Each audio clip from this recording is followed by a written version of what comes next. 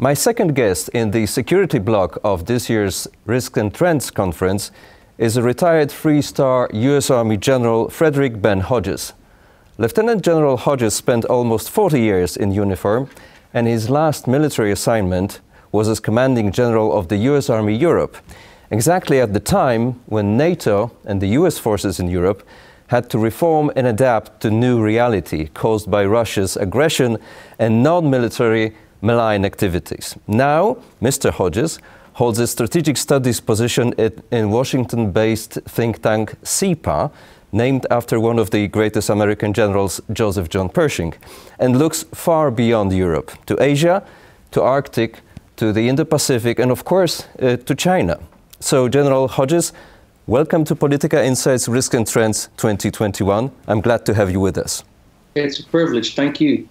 And I'm going to start this conversation with you, more or less where I have ended it with Thomas Kleine-Brockhoff, our first guest on the conference. That is with China.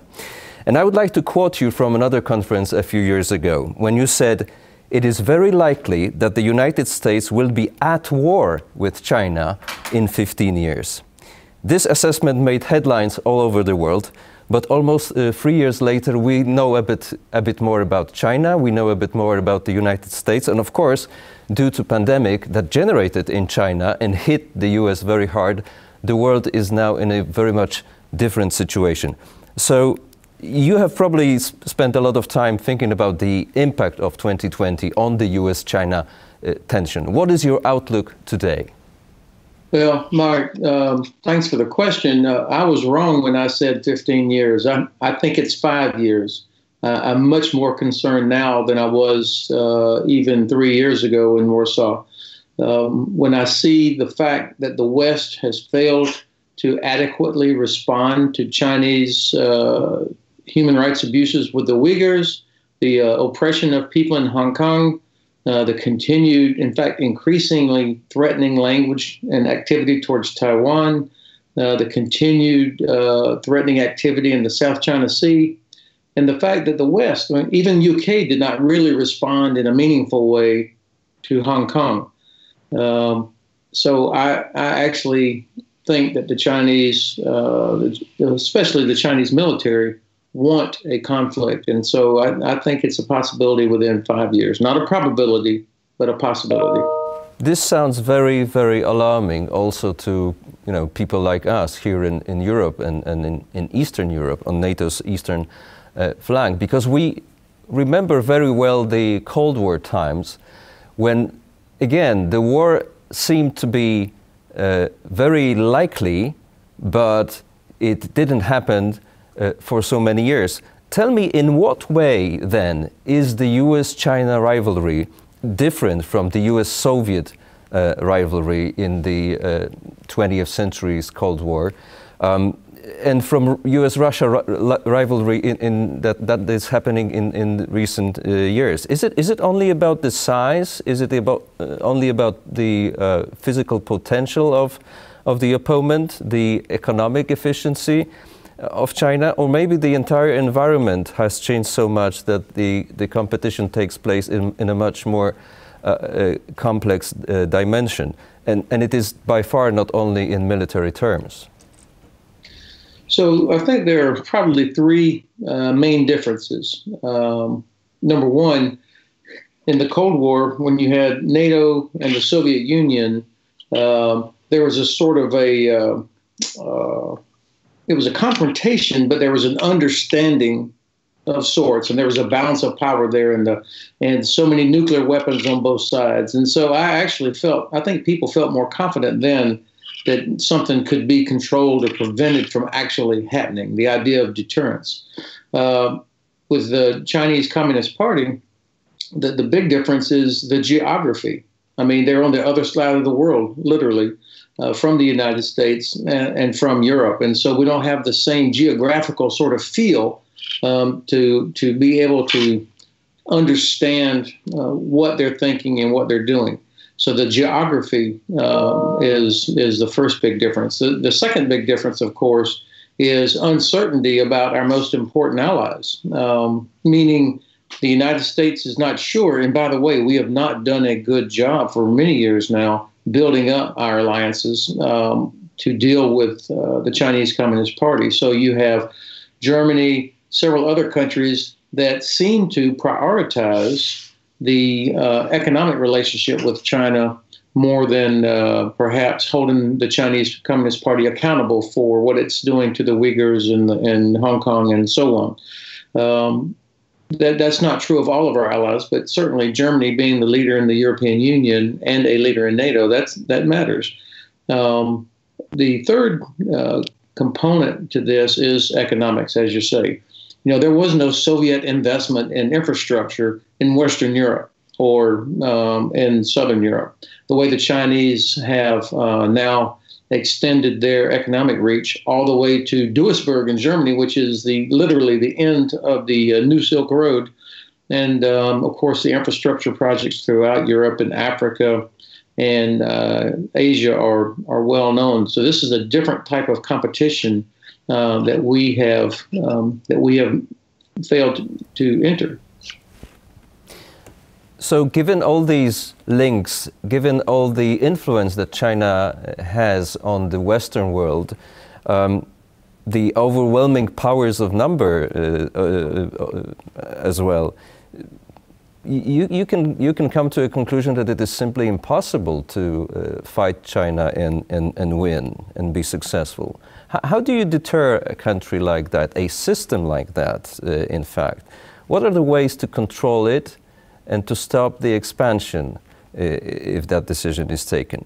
And can you tell me how to win a war with China if time comes to fight it? For instance, if it attacks Taiwan, which actually is something they are discussing in Beijing, does the US know how to do it, or does anyone know? So, Mark, for sure, the United States knows how to fight. And if it came to that, it would be incredibly violent. It would be terrible. But what I think it's more important to focus on is not failed deterrence, but to think about great power competition. I believe that great power competition prevents great power conflict. And that means you have to compete in diplomacy, with information, and with the military, and with economic means. And of course, the United States needs allies, it needs partners to do this effectively against China. There is zero interest and zero need. Nobody's even thinking about a land war with China on the Asian mainland. That's not what we're talking about. So when we talk about winning a war with China, what we really are talking about is protecting America's strategic interests and helping to protect the strategic interests of our allies and partners. So this competition needs to include, from a military standpoint, of course, protecting freedom of navigation, but also protecting economic investments, protecting our allies in South Korea, in Japan, and in Australia, of course. And that's also why you see more cooperation with the United States and India. Part of establishing an alliance that is able to persuade Beijing that a conflict is in nobody's interest. That's how we win. Would you then support creating something like an Asian or Indo-Pacific version of NATO to be as successful as the European or North Atlantic NATO in preventing a big war happening in 20th century? Well, the United States has bilateral relationships with several Asian countries, and there's an increasing level of coordination, I would say, with countries in the region. So just creating a NATO-like treaty organization is not a terrible idea, or is not a bad idea, but I don't know that's what's necessary right now.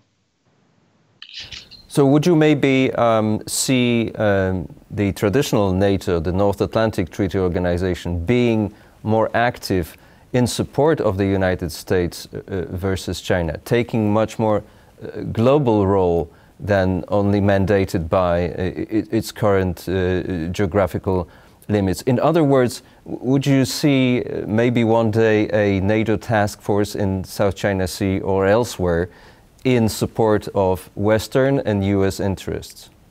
Yeah, I don't think that's a good idea. I think that the alliance has a role for collective defense of its members, to try to persuade allies to send a task force, for example, out to the Pacific would number one, divert those allies from their principal task, which is collective security here in Europe. But also, I think the role that NATO plays is to help build this, to be the strong European pillar, if you will. This is what the United States is counting on, is a strong European pillar, not a European pillow. You have to continue to deter the Kremlin. If we get into a conflict in the Pacific, most or a lot of our Navy, Air Force, intelligence capabilities will all be focused there. And so we would not want, obviously, the Kremlin to take advantage of the United States being distracted. And so that's why I think the role of the alliance is to continue to stay focused here on the European continent. Now, of course, NATO has intelligence capabilities, logistics capabilities. It's a framework that is not inconsequential. But I would not want to see the alliance distracted or stretched. Maybe that's a better way to put it. Now, for sure, Canada is a NATO ally, but Canada is also a Pacific nation. The UK has Pacific interests, and so the Royal Navy, we know, is going to be a part of helping with deterrence and ensuring freedom of navigation in the Indo-Pacific region. The French Navy has also indicated, has already been into the Pacific. So other nations, not in support of the U.S., but in support of their own interest, will be and are operating in the Indo-Pacific region. Everybody in the world, everybody that's listening to your show, to this program, has something in their home that comes from China. And so protecting that trade is in the interest of everybody. You have just listed the capabilities that will be very much needed or indispensable in preventing China's expansion and becoming a true ally, if you will, of the United States in its new global rivalry or fight. And this is a contradiction because, you know, the naval maritime going countries, the naval powers of Europe, do not necessarily maintain a robust land warfare capabilities, which are, on the other hand, so much needed in the traditional role of NATO that you've just mentioned. What to do about it? How to combine the two? Well, of course, the alliance needs significant increases in the U.S. Navy, Royal Navy, Polish Navy. All of the allies have got to increase maritime capabilities to ensure that we can protect each other in the Baltic region, in the Black Sea region, and also so that we can operate across the Atlantic Ocean and in the Mediterranean. So there is a lot of water inside the NATO area of operations or responsibility. So having maritime capability is important. It's not exclusive of, it's not either or, is what I mean to say. I think that, of course, resources for modern navies are very expensive. I mean, it's very expensive. So we have to be smart about how we do this. Can we do more work together? I think there's a real future for unmanned systems, for example, smaller, more efficient. They can do a lot of the activities in the Baltic Sea that would help ensure protection for each other. Those are some things that could be done. The potential for war increases the less prepared we are.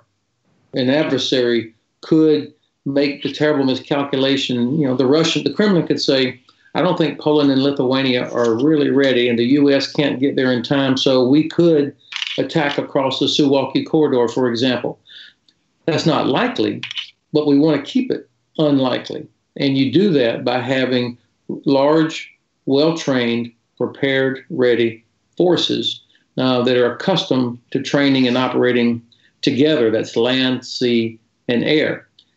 And you have to demonstrate the ability to inflict really terrible punishment on an attacker. That's what deterrence is all about. They have to see that we are ready to unleash hell on them if they ever did attack. Hopefully they won't, but if they do, then we're prepared for it. It's too late once the attack starts. So one of these implications of the growing Chinese problem is that Europe needs to do more. And you've just said it between the lines. I'm hearing it constantly. We're all hearing this.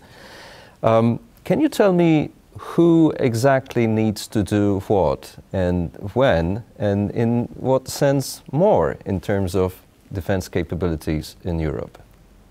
Okay, so again, within the great power competition, diplomacy, information, military, and economic domains, everybody in the military would prefer that the military component backs up or supports diplomatic, information, and economic power. That's a critical part of deterrence. But nonetheless, you have to have hard power in order to have effective soft power. And for sure, Poland, Romania, Lithuania, Latvia, Estonia have all done a terrific job. I mean, really leaning forward in terms of modernization. That doesn't mean it's perfect. Nobody is totally satisfied. You can't rest. But in terms of commitment, that's what I see from the Polish people, the Polish military, and the Polish government. And of course, you see Sweden. Sweden has announced a significant increase in their defense spending. Finland and Sweden working hard on whole of government response. So that the East flank nations are doing what needs to be done. Where we have some challenges, number one is air and missile defense. There's not enough capability, and the Russians, I mean, President Putin brags about his hypersonic missiles and all these capabilities, and of course we've seen the effectiveness of unmanned systems, the drones that were on display in Ukraine and Syria, and most recently Nagorno-Karabakh. Germany has a critical role, I think, as the sort of the transit hub for the alliance. For the United States, most everything would likely come into Germany and then move as quickly as possible towards where the crisis is or where the crisis may be.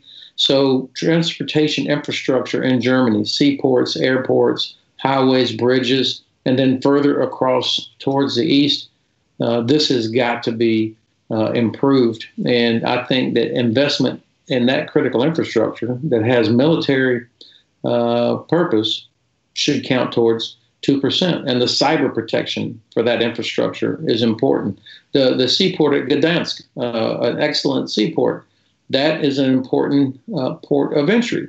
So if Poland improves that seaport and has cyber protection for it, I think that should count.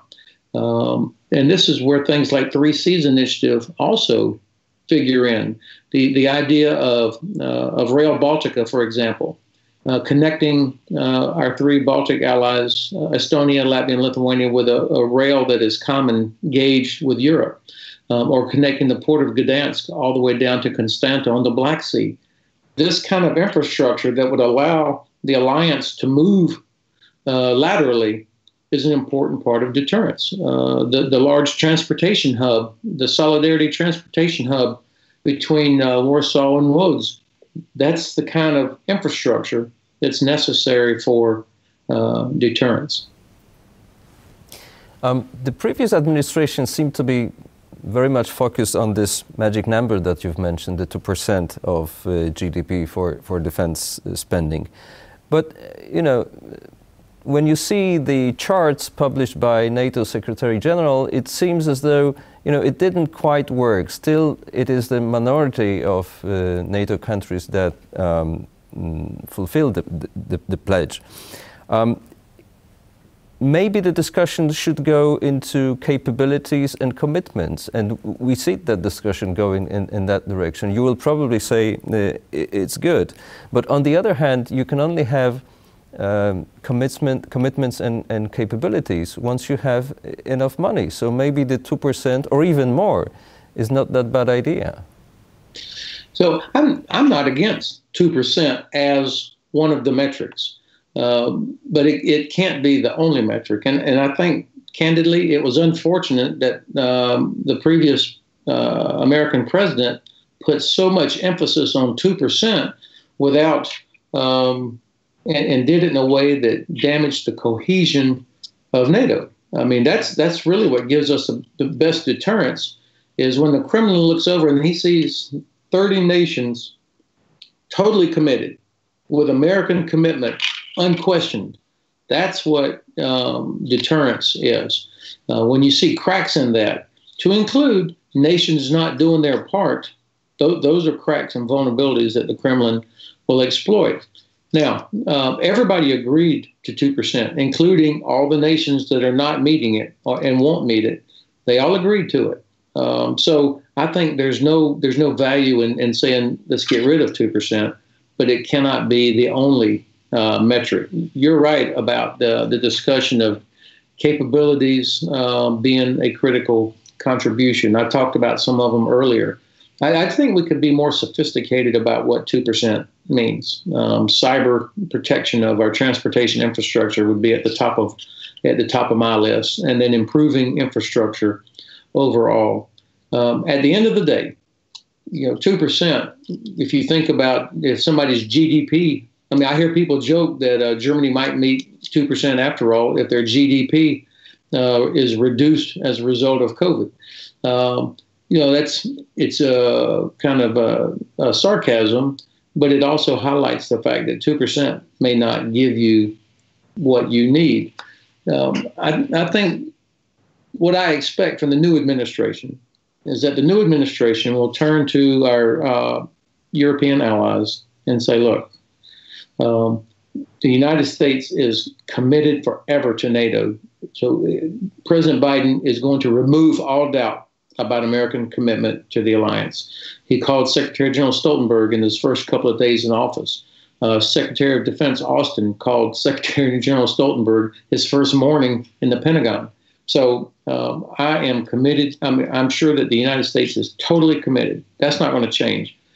But the pressure from Washington will still be there on Berlin, on other allies, that they have got to do their share of the contributing to deterrence. And the Chinese problem makes it even more complicated. I mean, we can agree that the 2% may be enough in terms of deterring and protecting Europe from Russia.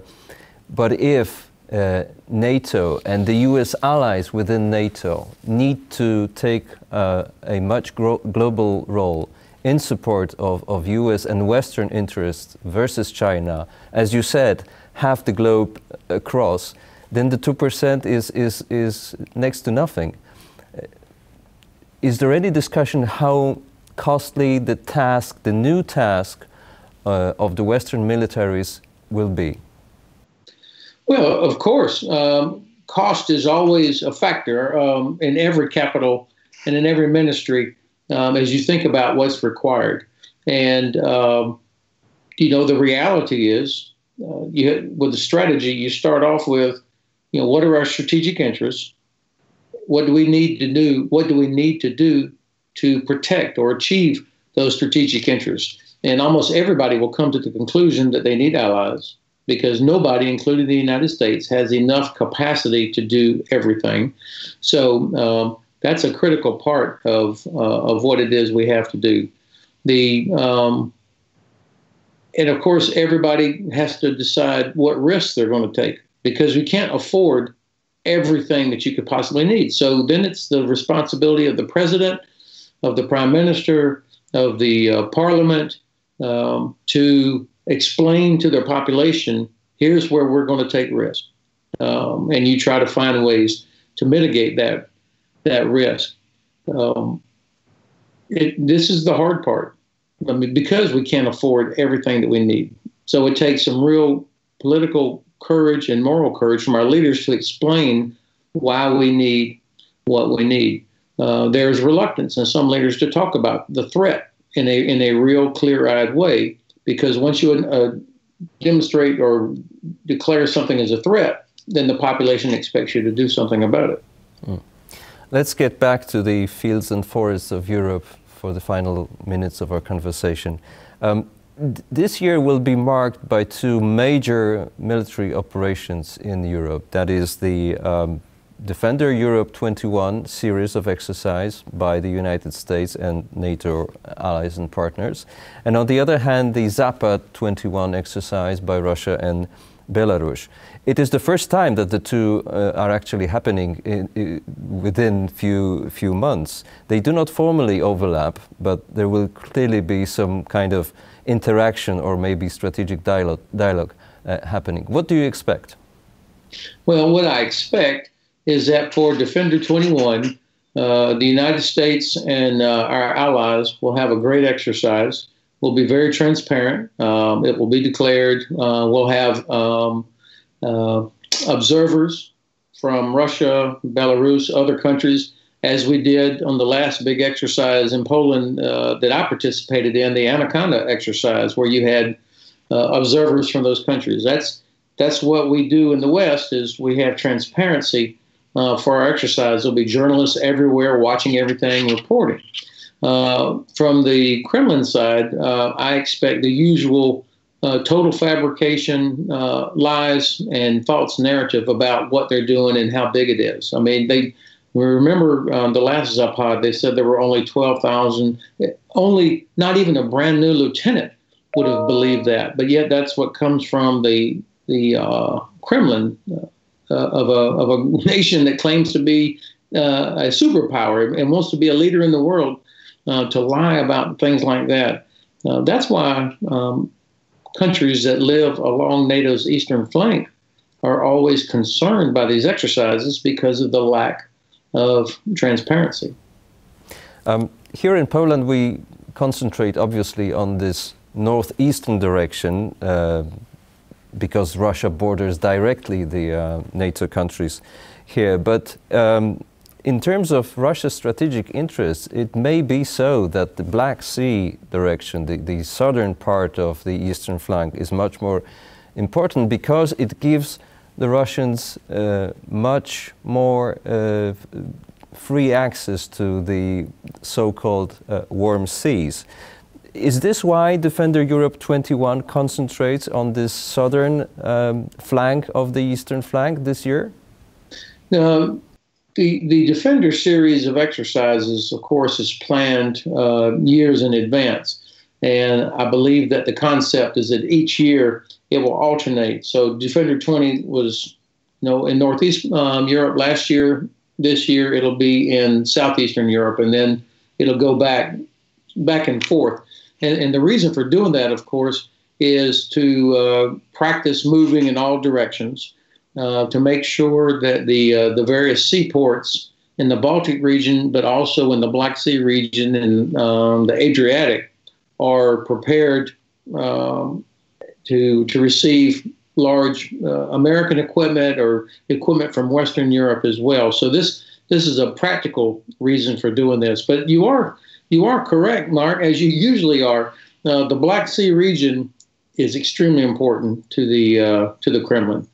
I believe that the Baltic Sea, we could achieve sea control in the early days if there was a crisis. I mean, when you think about Estonia, Latvia, Lithuania, Poland, Germany, Denmark, plus our partners, Sweden and Finland, Kaliningrad is actually a liability for the Kremlin.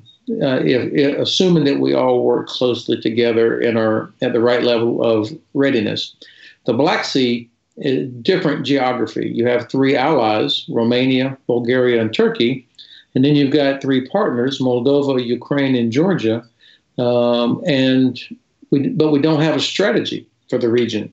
I don't think that Brussels or Washington appreciates the strategic importance of the Black Sea region. There is very little investment there in infrastructure. There's Western European countries do not have what I would call economic skin in the game. And so that's why you end up now with Russian troops in all three countries of South Caucasus, Georgia, Azerbaijan, and Armenia. I mean, that was the last corridor between Eurasia and Europe that did not go through Russia or Iran. And now you've got Russian troops there because we have not competed. We didn't put the right strategic value there. So I'm glad that the alliance is practicing in the Black Sea region. And that's also why I believe Georgia and Ukraine should both be in NATO. Let me ask you a final question about your outlook for 2021 and beyond. And let's start with the situation of the US troops in Europe, specifically in Germany, where you also live. We've just heard from President Biden that he halted the planned withdrawal from Germany of 12,000 or so US troops. But there will be a major global review of posture, so some relocation still may happen. How about stationing some more US troops in countries like Poland? How about the Redzikovo missile defense base? Is it going to be finished this year finally? Tell me your bets. So, number one, obviously, I personally was pleased to hear the announcement that any planned withdrawal of U.S. troops from Europe has been halted, placed on hold until a review is done. And this is entirely normal. I would expect a new administration would automatically do a review of force structure around the world, and it'll be done in a professional interagency process with the Congress being informed and with allies being consulted. This is normal. And so, of course, as a result of that process, there may be some moving around, but I don't anticipate much change. It is so expensive, the idea of relocating the headquarters from Stuttgart to Mons, for example. That would be billions of dollars. The idea of leaving Air Force in UK instead of coming to Spangdahlem would hurt readiness because the quality of the base at Spangdahlem is so much better. Now, I would be happy to see increased U.S. troops in Poland, Lithuania, Romania, all up and down NATO's eastern flank. I would love that, assuming that those nations wanted it, but also assuming that the alliance wanted it. I do anticipate continuous rotation of U.S. forces as we have now. The imminent deployment of the 5th Corps headquarters in Poznan. I spoke recently with the commander of 5th Corps. I am so excited. He's a quality officer, and I think this is a significant improvement in U.S. capability, thanks to Poland as our host nation. General Ben Hodges, former commander of U.S. Army Europe, thank you very much for being with us. Always a pleasure to talk. Thank you very much. Thanks. And to our viewers, thank you very much for the time you spent before your screens. I encourage you to watch other recordings from Risks and Trends 2021. I would also like to thank the partners of this year's conference.